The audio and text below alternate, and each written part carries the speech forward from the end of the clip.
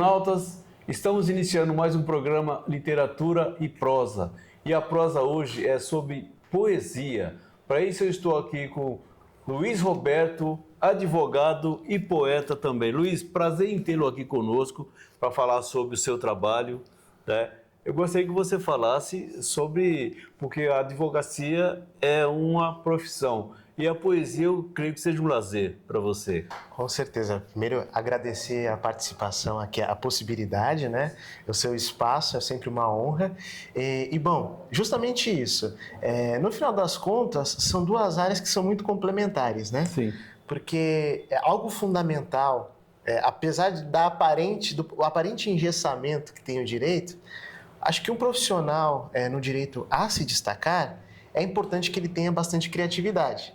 O senhor, mais do que ninguém sabe, que assim, algo fundamental para a escrita, para a poesia, enfim, no geral, é a criatividade. Então, eu sinto que, em alguma medida, eu sou advogado por profissão e poeta por vocação. Por vocação. Né? E, de alguma forma, um caminho acaba levantando o outro, inspirando o outro. É verdade. Como funciona o seu emocional diante disso? Porque tem situações, eu creio que você tenha pego causas, né, que fala assim, nossa, isso aí mexeu comigo, né, uma situação difícil, tal, isso aqui. Influencia na sua poesia posteriormente essa situação? Olha, isso é um ponto muito interessante, porque eu escrevo poesia, acho que desde os 6, 7 anos de idade, desde que eu fui alfabetizado, praticamente. Nossa, já ficou, é poeta nato. Não, então, né? O pior é que assim, a verdade é que era muito rudimentar, né, a forma como era escrita, assim. Só que, como todo processo que a gente passa ao longo da vida, as primeiras e os primeiros rabiscos que eu dei nesse sentido, eles sempre foram muito relacionados à emoção em que eu sentia no momento. É por causa das paixões da infância. Da infância, da adolescência. E aí chega num dado momento da minha vida, que eu já me tornando adulto e tal, que eu fiz realmente uma opção, que eu gostaria de escrever sobre coisas mais profundas e elevadas. Sim. E aí, em alguma medida, que a minha escrita não ficasse de alguma forma blindada por questões ou devaneios da nossa personalidade. Sim. Porque, no final das contas, assim, a poesia, ela tende a tocar as pessoas. Com e certeza. Se a gente, eventualmente, coloca um tema que é muito denso, que é muito para baixo e que realmente pode gerar algum tipo de afetação... Influencia até negativamente. Negativamente, porque a poesia ela é emocionante justamente pelo fato de, quando a gente faz poesia para uma mulher, por exemplo, que eu tenho especialização nisso, a gente enfatiza aquela parte assim e tal. Mas eu consigo fazer poesia também, dá para perceber na minha poesia se eu estou bem ou não. Perfeitamente. Não é verdade? É verdade. Agora, você tem publicação? Eu tenho publicação, eu publiquei uma poesia, O Mar e o Rio, que é na editora Novos Poetas, né? Eu tenho outras duas publicações da Academia de Letras do Mackenzie, que eu sou filho do Mackenzie, eu faço parte da Academia de Letras, e lá eu publiquei um poema sobre a Semana da Arte Moderna, e também publiquei um conto chamado A Médica que Receitava Livros. Tem a poesia e tem o conto. Como né? você falou em livro, você tem livro publicado de poesia, alguma coisa assim? Ou escrito? Você é escritor também? Perfeito. Eu tenho somente no meu Instagram publicação de livro do meu nome. Físico, não? Ano que vem. Vamos. Então, bem-vindo ao time, porque eu sou escritor, tenho 2 livros publicados, já vou publicar o 3º. Perfeito. Né? E participei de várias antologias poéticas, inclusive eu posso te apresentar pessoas aqui que já vieram aqui, escritoras e poetas. Marina, um abraço. Patrícia Cacau, um abraço, Patrícia. Meire Marion e outras pessoas que realmente fazem da poesia uma coisa positiva, né? Porque a poesia, ela assim, para mim, ela mexe muito com o emocional. Não se faz uma poesia assim, eu vou fazer uma poesia. Não. Você tem que estar com um sentimento daquela poesia. Eu consigo fazer uma poesia, por exemplo, passar num rio, numa paisagem, assim, eu consigo fazer uma poesia. Você consegue também fazer isso? Esse ponto que o senhor colocou, acho que é crucial. Quanto mais a gente tem... Você, viu? Não, com certeza, querido.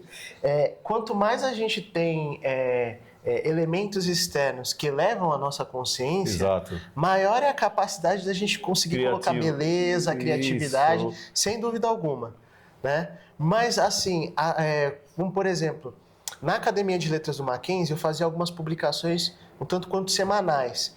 E o que eu comecei a fazer, em alguma medida, foi realmente me testar para, por exemplo, cronometrado, com tempo e tal, me exercitar para o tempo inteiro estar criativo. Entendi. E aí, isso foi dando resultado e muitas coisas interessantes acabaram saindo. E aí, eu acho que no final das contas acaba sendo um misto das duas coisas. Tanto da capacidade de você desenvolver a técnica, né? Que conforme vai passando o tempo e você vai fazendo cada vez mais, você vai encontrando alguns caminhos que você consegue deslizar com uma maior facilidade. Tem maior né? facilidade de Exatamente. E também a inspiração. Porém, quando você se propõe a manter uma vida saudável, com a consciência elevada, a possibilidade de você se manter mais inspirado é muito acho maior. que a oxigenação do cérebro possibilita mais, né? Porque Com certeza. Agora, você faz poesias rimadas ou sem rima? Como que são as suas poesias? Olha, isso é uma coisa que uma professora de literatura que eu tive, ela sempre falou. Já fiz algumas, eu fiz uma poesia chamada Os Retirantes, que é até em homenagem, né, a essa trajetória dos retirantes do Nordeste, que eu publicava num blog antigo. Ali não tem nenhuma rima, a métrica dela ela é muito livre, né? Livre. Mas eu particularmente gosto muito mais de utilização de rimas, AB, ABBA, enfim, ou coloca C no meio. E eu também gosto muito, algo que em algumas tem isso muito marcante, eu gosto de fazer estrofes inteiras com proparoxítonas, né? Sim.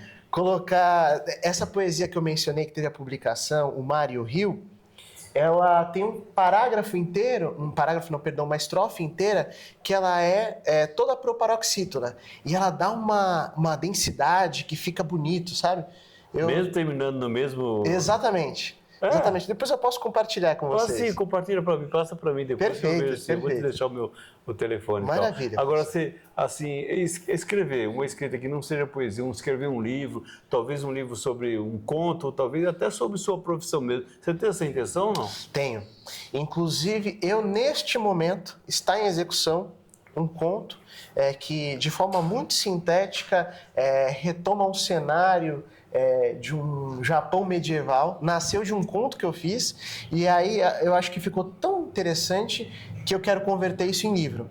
Né? A época história... dos samurais, né? É mais antigo ainda que isso. Não, os samurais é a época do feudalismo, né? Então, mas eu estou falando sobre a época mitológica dos japoneses com os deuses. Nossa, isso bem para trás. Bem para trás. O Kendi até pode falar alguma coisa sobre isso. Ele deve ter conhecimento com certeza. Sobre... E aí é uma história que envolve um pouco de uma superação, né, do personagem principal e ele tentando passar por uma jornada do herói para se reencontrar com os deuses. É uma magia completa. Exatamente. Né? Interessante exatamente. Esse tema. Pois aí. Mas aí vai demandar muita pesquisa, né?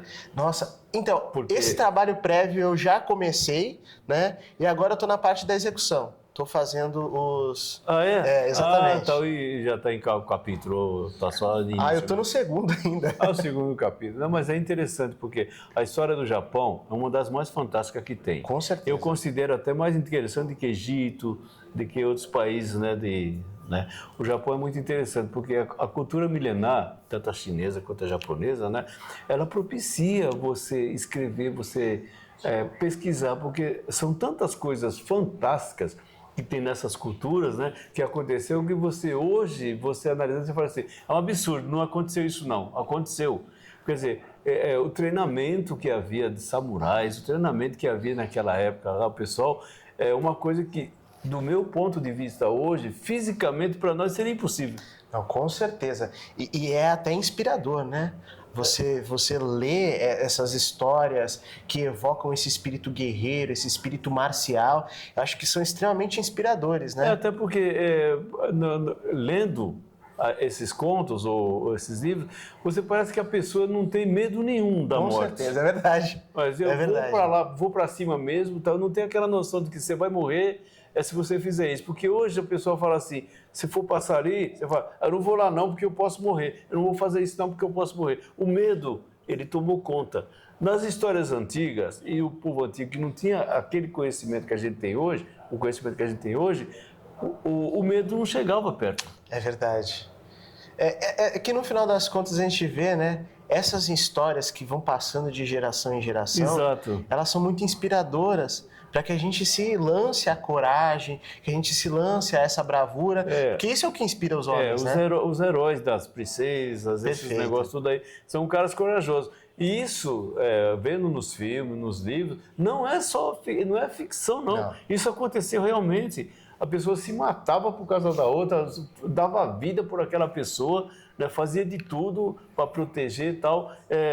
Literatura, embora o país não seja um país de leitores, né, é verdade. É uma literatura muito produtiva, e que eu já li vários livros sobre isso, e que faz assim, nossa, que fantástico essa narrativa aqui, né? Não, com Porque certeza. será que aconteceu isso mesmo? Aí você se imagina, tal, dá para poetizar dentro de um livro. Com toda certeza. E assim, inclusive, o primeiro contato que eu tive com poesia foi assim. Eu estava com meu pai em Santos, passando pela chamada Feira do Rolo, que tem dos nordestinos, né? Que fazem, sou de família nordestina. E aí, ao final, bem no finalzinho da feira, tinham cordéis. Sim, o cordel é muito interessante. Maravilhoso. Também. Eu gosto do cordel, principalmente da região do Ceará, né, que o cordel cearense é muito bacana. Tem vários lá em casa, não sei nem onde estão, mas são interessantes. Não, maravilhoso. E aí, tinham cordéis e repentistas lá. Paraíba, principalmente. Pô, né? são maravilhosos. A Paraíba é especialista em repente. E aí eu olhei aquilo e eu fiquei vendo assim, a pessoa pegava, botava o dinheirinho no chapéu, dava o tema e ali embolava. Na hora. Eu olhava aquilo e falei pro meu pai, eu achei aquilo uma coisa de outro mundo, eu era muito pequeno, de 6, 7 anos assim. Mas a inteligência você achou fantástica. Né? Eu achei aquilo uma coisa de outro mundo. Você que falar é isso? uma palavra e o cara fazer uma música. Exatamente. Ele faz uma música. Pega a viola e já faz a música criticando ou elogiando aquele personagem. Pois é. Num instante, sem você falar nada. Não, com certeza. E aí eu fiquei tão encantado com aquilo, eu falei pro meu pai que eu gostei e tal. E o que ele fez? Ele comprou um disco do Caju e Castanha. Que é chegado do nosso amigo cinegrafista Jaime Solução, né? Opa! É chegado dele, são os dois. Então, e aí veja você, antes eu tenho um amor fantástico assim por Camões, né? Grande inspiração. Mas antes de Camões, o meu primeiro contato com a poesia talvez tenha sido Caju e Castanha. A rima Você deles... leu Camões depois de Caju e Castanha? Exatamente. Primeiro me chegou Caju e Castanha, Nossa. aí depois Camões. Você pode até entrar em contato com eles através do Jaime. Poxa, seria uma honra. Eu tenho uma gratidão, assim, faz parte da minha trajetória enquanto poeta. A cultural. Sem dúvida alguma. Poesia. Muito... Antes do decassílabo veio o repente. Que legal, rapaz. Ô, Luiz, é um prazer tê-lo aqui falar sobre poesia. Eu gostaria que, se você publicar o livro, volte aqui para nós fazermos uma entrevista. Com toda certeza. E porque são coisas fantásticas, né? A poesia é uma coisa fantástica. Não, eu agradeço a oportunidade, o espaço aqui disponibilizado e quero aqui também publicamente cumprimentar você e não o senhor, né? Obrigado. Cumprimentar você pelo trabalho na arte, na escrita, na literatura, porque eu acho que pessoas que cada vez mais se colocam, propiciam e dedicam seu tempo, né, em relação a isso, fazem um legado muito grande para o Brasil. Muito obrigado. Então, eu acho que isso é sensacional e agradeço mais uma vez o espaço, viu? Muito obrigado. Gente, eu conversei aqui com Luiz Roberto, advogado e poeta, que em breve estará lançando um livro de poesia e um livro escrito sobre cultura oriental. Exatamente. Luiz, obrigado pela sua presença aqui. Agradeço. Agradeço por ter proporcionado essa entrevista. E assim nós encerramos mais um programa Literatura e Prosa. Um abraço e até a próxima.